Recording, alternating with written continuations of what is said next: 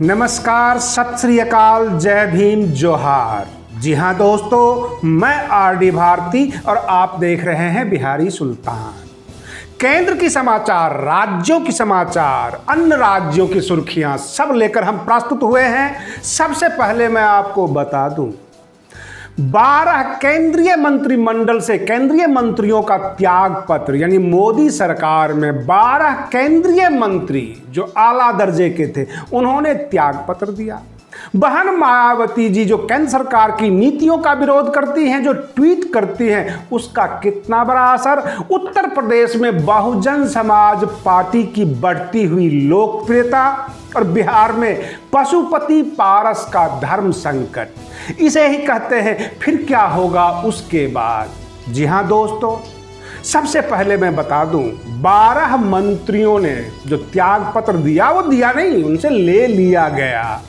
और रही बात ये कि जदयू के जो है आरसीपी सिंह और पशुपति पारस को मंत्रिमंडल में शामिल किया गया, परंतु उनका कितना बड़ा कद है, उनको मोदी सरकार क्या समझती है, इसके बारे में भी विस्तार से चर्चा करूंगा। लेकिन सबसे पहले मैं बता रहा हूं, बहन मायावती जी हर छोटे बड़े मुद्दे पर ट्वीट करती हैं, केंद्र सरकार को घेरती हैं, आम जनता के लिए मांग रखती हैं, चाहे वो कोरोना संकट का हो, स्वास्थ्य मुद्दे पर हो, सरकारी मसला हो, कोई भी हो, उसका असर होता है।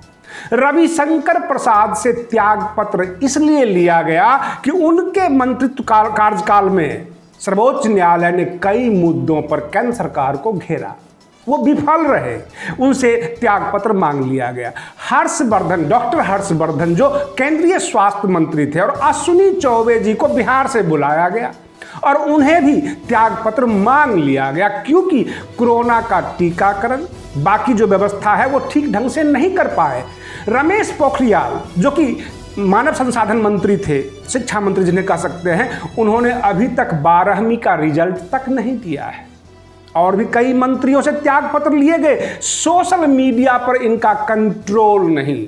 कुल मिलाकर मोदी सरकार ने और मोदी कैबिनेट ने यह संदेश दिया है कि या तो काम कीजिए अथवा घर बैठ जाइए। अब मैं आपको बता देता हूं कि पशुपति पारस और आरसीपी सिंह को केंद्रीय मंत्रिमंडल में तो लिया तो गया, परंतु एक प्रोटोकॉल के मुताबिक फोटो खिंचवानी होती है प्रधानमंत्री और राष्ट्रपति जी के साथ। सब के सब कुर्सी पर बैठे रहे और इन दोनों को पीछे की लाइन में खड़ा कर दिया गया। यह है इनकी इमेज केंद्रीय सरकार के सामने।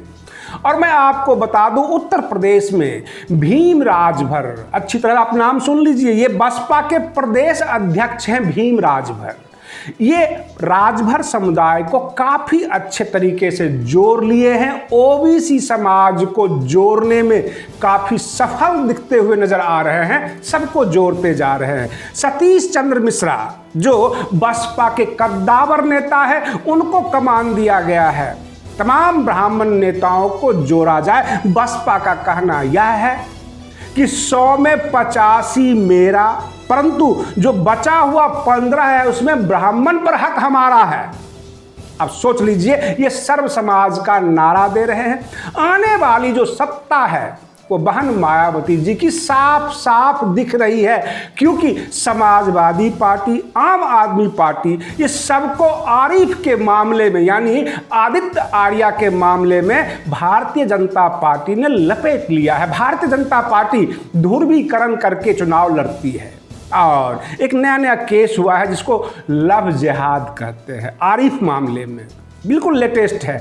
उस मामले में भाजपा ने कई दलों को घेर लिया और कहा कि इनका तो बड़े बड़े नेताओं से संबंध है। बसपा का तोड़ भाजपा के पास नहीं है। बसपा बिल्कुल सटीक मुद्दों पर अटैक करती है और धीरे धीरे जनाधार बनाती हुई जा रही है। उधर पशुपति पारस के बारे में कहा जा रहा है, बिहार की बात बता रहा हूं, कि वो अब क्या करेंगे, धर्म संकट में है। मंत्री पद पर रहेंगे कि लोजपा का राष्ट्रीय अध्यक्ष रहेंगे कि संसदीय बोर्ड का नेता रहेंगे या दलित सेना के प्रमुख रहेंगे, क्योंकि उन्होंने खुद कहा था कि 2 पद पर रहना ठीक नहीं है, असंवैधानिक है। तो संविधान अब उनसे सवाल कर रही है कि किसी एक पद पे रहना चाहिए, या तो लोजपा के जो राष्ट्रीय अध्यक्ष फिलहाल खुद बन गए थे स्वयंभू, वो छोड़ दे अथवा मंत्री पद छोड़ दे। और इस तरह से काफी धर्म संकट का मामला उनके सामने आ चुका है।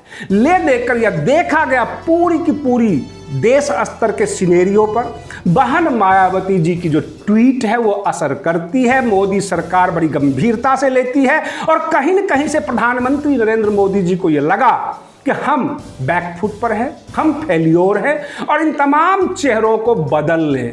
लेकिन उत्तर प्रदेश का क्या होगा, योगी आदित्यनाथ का क्या होगा? क्या कोरोना काल में उत्तर प्रदेश में जो लापरवाही देखी गई, जो पुलिस या जुल्म देखा गया, उसका क्या होगा? तो हम आगे के जो न्यूज में बने रहते हैं, आप भी बने रहिए और फिर मिलते हैं अगले वीडियो में। तब तक के लिए धन्यवाद।